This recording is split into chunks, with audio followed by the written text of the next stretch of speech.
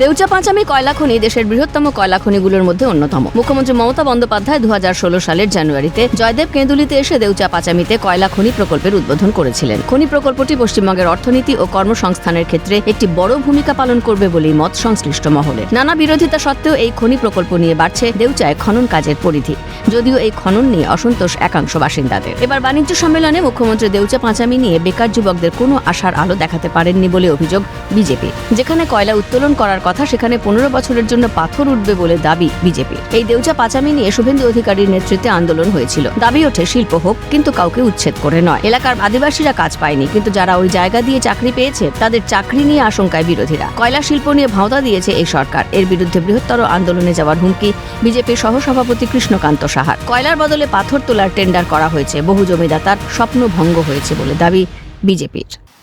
এই যে গত কাল পরশু যে বাণিজ্য সম্মেলন হলো, সেই বাণিজ্য সম্মেলনে আপনি দেখতে পেলেন যে কি কয়লা শিল্পের নাম করে এখানে পাথর তোলার যে কায়দা, সেই পাথর তোলার কায়দায় তিনি কি করেছেন না টেন্ডার করেছেন।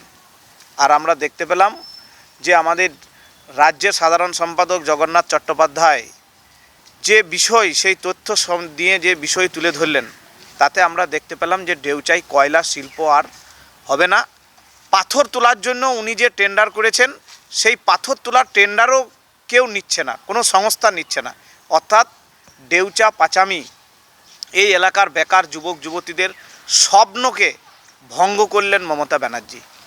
এই এলাকার যে মানুষ যারা জমি দিয়েছিল, বহু মানুষ জমি দেওয়ার পরেও তারা চাকরি পায়নি। এখানে সামিরুল ইসলাম নামে একজন রাজ্যসভার সাংসদ এখানে মাটি কামড়ে পড়েছিল। তারপর যখন জানা গেল যে স্বজন পোষণ, তার আত্মীয় স্বজনরা যখন চাকরি পেল, তার লিস্ট যখন বেরিয়ে গেল, তখন কিন্তু সে এলাকা ছেড়ে চলে গেল। আর এই যে বিশ্ব বাণিজ্য সম্মেলন করতে গেল মমতা ব্যানার্জি, এই বিশ্ব বাণিজ্য সম্মেলনে দেখতে পেলাম যে শিল্পের নামে দেউচা পাঁচামির মানুষকে ভাঁওতাবাজি, মানুষকে তারা বিপথে পরিচালনা করলো, বেকার যুবক যুবতীদের স্বপ্ন ভঙ্গ করলো মমতা ব্যানার্জি। আমরা বিশেষ করে দেউচা পাঁচামির যারা মানুষ, তারা আজকে হতাশাগ্রস্ত। এলাকার স্থানীয়দের কাজ না দিয়ে ভুয়ো পাট্টা দিয়ে বীরভূমের অন্য প্রান্তের মানুষদের কাজ দেওয়া হয়েছে বলে দাবি। দেখতে পেলাম যে কয়লা শিল্প হচ্ছে না, পাথর শিল্প। 15 বছরে পাথর তোলার জন্য যে টেন্ডার, আর সেই টেন্ডারও কেউ নেয়নি। এখানের বেশিরভাগ জায়গা হচ্ছে এসসিদের। দেওয়ানগঞ্জ, তারপরে চাঁদা, হরিণসিংহা মৌজা, এই মৌজাগুলোতে এই এলাকার মানুষরা বেশি কাজ পায়নি। কাজ পেয়েছে কোথা না, বীরভূমের অন্য প্রান্তের মানুষরা কাজ পেয়ে গেছে। ভুয়ো এখানকার পাট্টা তৈরি করেছে, তৃণমূলী নেতারা টাকা পয়সা নিয়েছে, ভুয়ো পাট্টা তৈরি করে এই এলাকায় বহু জনের চাকরি দিয়ে দিয়েছে। না শিল্প হোক, কিন্তু যেন আদিবাসী গরিব মানুষদের যেন তাদের যেন উচ্ছেদ না হয়, তারা যেন ভূমি পায়, তারা যেন চাকরি পায়।